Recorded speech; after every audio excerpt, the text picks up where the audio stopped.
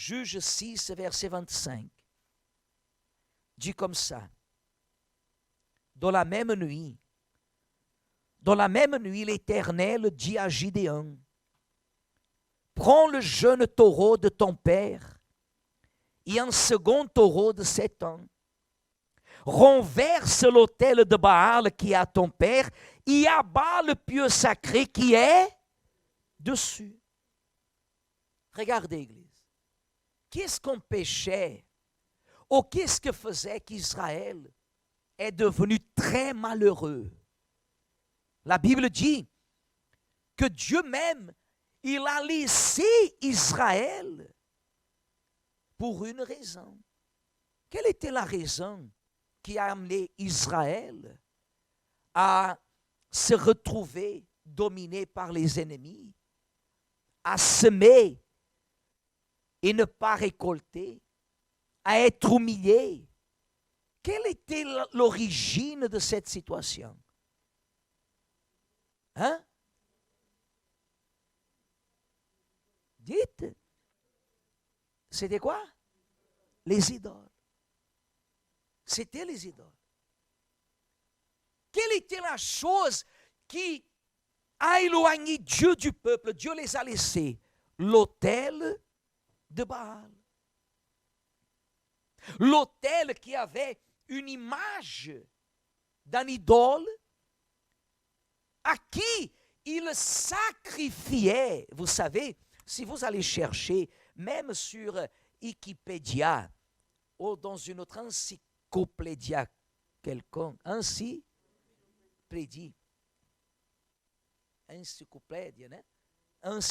vous allez chercher, vous allez voir. On offrait, vous savez ce qu'on offrait à Baal? Des enfants. On prenait des enfants, on les enlevait du village et on allait sacrifier à Baal. Il y avait ce que la Bible appelle ici le pieu sacré, représentait une femme presque nue, ou des fois dans certains endroits, il mettait même l'image de la femme, de l'organe de la femme, qui représentait la fertilité. Il demandait que les enfants naissent. Et à Baal, il demandait que la production évolue. Et comme ça, Israël a toujours été comme ça, au bas, au bas, au bas, jusqu'à récemment. Jusqu'à 50 ans en arrière, Israël a toujours vécu comme ça. Toujours. Comme on vous a parlé, ça fait quelques semaines, quand on parlait des 300. Et c'est ça qui aujourd'hui, Église, le Saint-Esprit, il est en train de nous montrer, parce que nous étions en train de nous demander, Dieu avait ces autels-là qui provoquaient de telles choses. Cela aurait été suffisant d'abattre le pieu sacré et de renverser l'autel de Baal. Mais pourquoi Dieu, il a demandé, pour quelle raison Dieu, il a demandé qu'il prenne les taureaux de la famille de son père et qu'il le sacrifie? Au verset 26, il dit, tu bâtiras ensuite et tu disposeras sur le haut de ce rocher un autel à l'Éternel ton Dieu. Tu prendras le second taureau et tu offriras en holocauste avec le bois de l'idole que tu auras abattu. Dieu voulait dire le suivant. Dieu voulait que le peuple se déconnecte totalement du passé. Et qu'à partir de ce moment-là, le peuple vienne à dépendre uniquement de qui? De Dieu. C'est cette difficulté que Dieu voit aujourd'hui dans les êtres humains. Dans les êtres humains. Dans les êtres humains. C'est intéressant, vous savez pourquoi? Parce que dans ces derniers jours,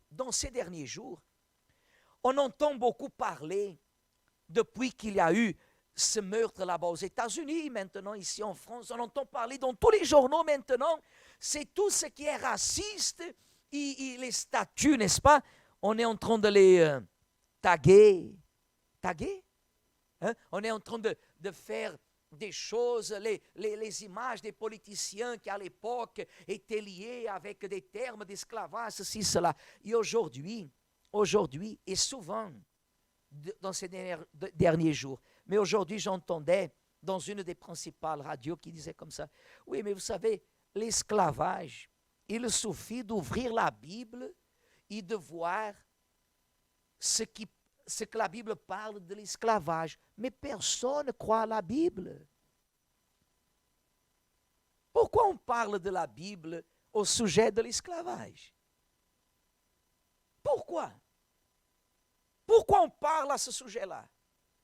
Parce qu'aujourd'hui, on entend beaucoup parler de cet esclavage, par exemple, afro. Mais si vous allez voir dans toute l'histoire, il y a eu des esclavages parmi les Maghrébins, il y a eu des esclavages parmi les Hébreux, des choses qu'on ne peut pas s'imaginer. Notre ère a vécu cette dernière esclavage, que j'ai entendu parler que l'esclavage a déjà été aboli. Mais il semble qu'en 2020, elle est déguisée. Il me semble que finalement, après tout ce spectacle, on continue encore à revendiquer des droits. Et je vais vous dire une chose, Église. Ça ne va jamais s'arrêter. Ça ne s'arrêtera jamais. Jésus va venir son Église et jusqu'à là, il y aura. Cet esclavage, entre guillemets, finira lorsque l'Antéchrist, il va produire une fausse sensation de paix parmi les nations. Et parce que la personne, elle ne vit pas connectée avec la parole de Dieu, la seule chose que j'entends parler parmi les croyants, les évangéliques, ceci, cela, c'est que pour tout ou pour rien, ils le disent comme ça. Ce sont des francs-maçons, sont des illuminados. Hein? Illuminati, hein? Et c'est la seule chose qu'ils savent dire. Si vous leur demandez profondément ce que cela veut dire, ils ne savent pas ni même ce que cela veut dire. Ils ne s'imaginent ni même pas. Et au lieu de perdre des choses, du temps avec ces choses, je dois plutôt me tourner vers l'autel. Parce que ce qui me concerne, c'est moi et Dieu. Tout le reste, Église, ça ne m'intéresse pas. Je veux être bien devant qui? Parce que si je suis bien avec Dieu, si je dépends de lui 100%, il va m'abandonner. Le monde entier peut m'abandonner. Je peux me retrouver nu et à la rue. Dieu va m'abandonner? Jamais. Dieu a abandonné Joseph? Jamais. Dieu a abandonné David? Jamais. Dieu a abandonné Jésus? Jamais. Parce que le focus, c'était Dieu. Et le monde entier ne veut pas que vous parliez de Dieu. Dans les écoles, on ne parle plus de Dieu. Tout, sauf les religions. Ça fait un de ces jours, on parlait avec un juif, un avocat, et il disait, oui, c'est vrai que nous, dans l'école juive, même dans l'école juive, il y a des salles de prière. Dans les écoles juives, comme vous voyez les garçons là dans les camions juifs, qui sont amenés, ils ont leurs endroits de prière. Chez les musulmans, la même chose. Allez voir chez les évangéliques, les chrétiens qui vont à l'école, on ne trouve plus. Et tout est prêché dans un seul unique objectif, vous éloigner de la parole de qui? C'est pour cela que Dieu a dit de renverser l'autel, de renverser le pieu sacré, de briser et de sacrifier pour qu'il reste dans la dépendance totale de qui? Parce que ce qu'on ne sacrifie pas pour Dieu, on le sacrifie dans cette vie, Église. On le sacrifie sur cette vie. On le sacrifie. Et vous allez comprendre maintenant d'où ça vient. Rappelez-vous que Dieu a dit à Gédéon, au meilleur, le prophète a dit au peuple, parmi qui était Gédéon, je vous ai fait sortir d'où? de l'Égypte, de la maison de servitude. Et il termine en disant, mais vous n'avez pas écouté ma voix,